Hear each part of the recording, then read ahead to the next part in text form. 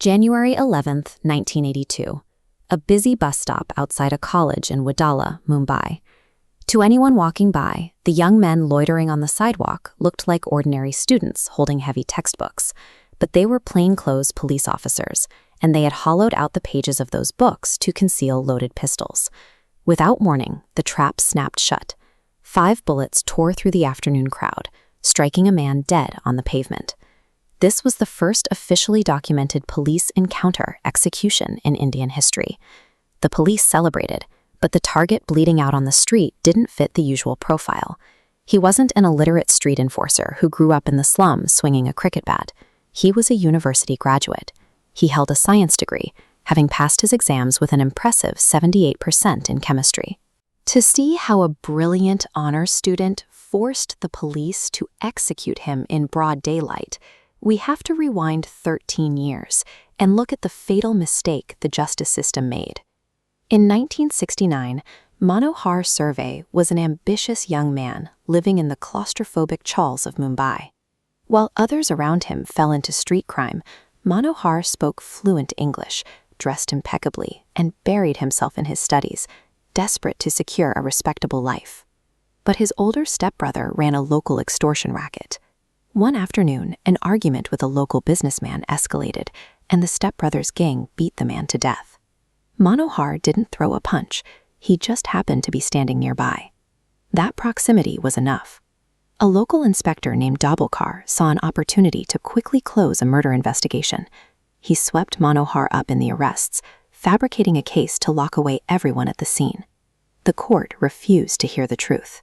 The judge ignored Manya's spotless academic record, convicted him of murder, and handed down a life sentence alongside the actual killers. Stripped of his future, he was shipped off to the heavy stone walls of Pune's Yarwada Central Jail. The system took an innocent man and threw him into a cage with hardened killers. To survive, the quiet chemistry student had to die. In his place, a ruthless, calculating predator named Manya Surve was born. Manya realized instantly that prison hierarchies don't care about innocence or intellect. They respect absolute power.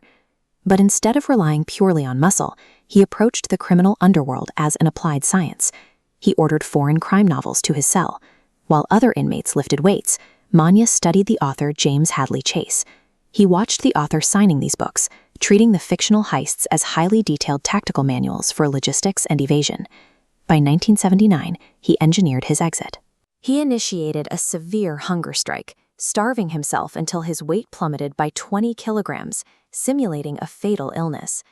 Terrified of the legal blowback of a prisoner dying in custody, the administration moved him to a local civilian hospital. It was a perfectly executed trap. Manya's associates walked into the ward and threw handfuls of red chili powder into the eyes of the guards, walking Manya right out the front door.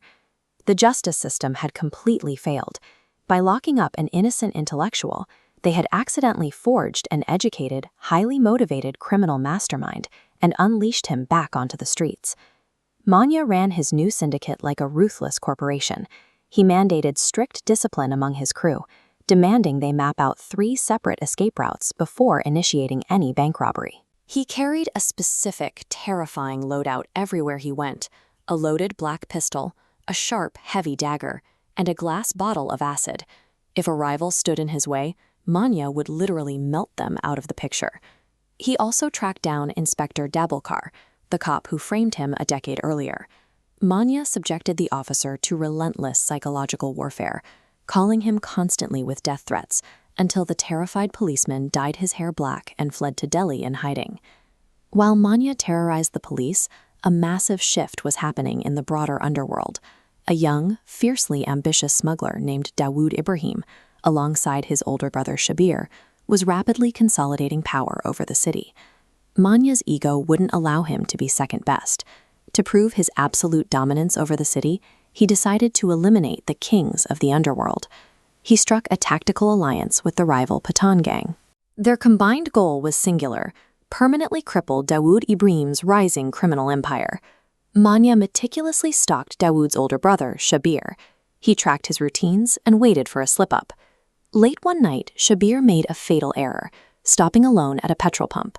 Manya's crew moved in, boxing Shabir's car so he couldn't reverse. They emptied their weapons into the vehicle.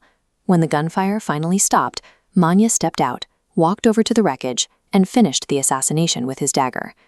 By killing Shabir, Manya broke the ultimate rule of the Mumbai Mafia.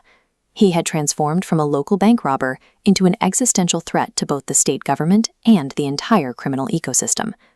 Dawood Ibrahim didn't seek immediate street vengeance. He was a strategist. He realized he didn't need to risk his own men to kill Manya Surve. He just picked up the phone. Dawood weaponized his massive smuggling network to track Manya's every move, feeding that highly classified intelligence directly to the desperate, humiliated Mumbai police. Knowing Manya was too smart to walk into a standard raid, the police exploited his only remaining human connection. They quietly infiltrated the social circle of his girlfriend, Vidya. The surveillance paid off. The police intercepted the exact time and coordinates of their next meeting, January 11, 1982, at a bus stop in Wadala. The police were desperate to restore order, but to do it, they allowed themselves to act as the personal assassination squad for Dawood Ibrahim, which brings us right back to the gunfire at the bus stop. Manya Surve collapsed on the pavement. The acid bottle shattered against his own skin, and the immediate threat to the city was neutralized. But the state drew a dangerous conclusion. This chart shows police encounter executions from 1982 to 2004. Seeing the success of the Manya hit, the police embraced extrajudicial killings, executing over 600 gangsters over the next 2 decades. And the secondary consequence was even worse. By taking out Manya Surve, the police cleared the board entirely. Dawood Ibrahim absorbed the vacuum, gaining the absolute monopoly he needed to build a global terror syndicate. This was the very same syndicate responsible for the catastrophic 1993 bomb blasts. A lazy, corrupt justice system broke its own laws to lock away a bright, innocent student. They manufactured their own monster, and by killing him, they laid the foundation for an empire that would bleed the country for decades to come.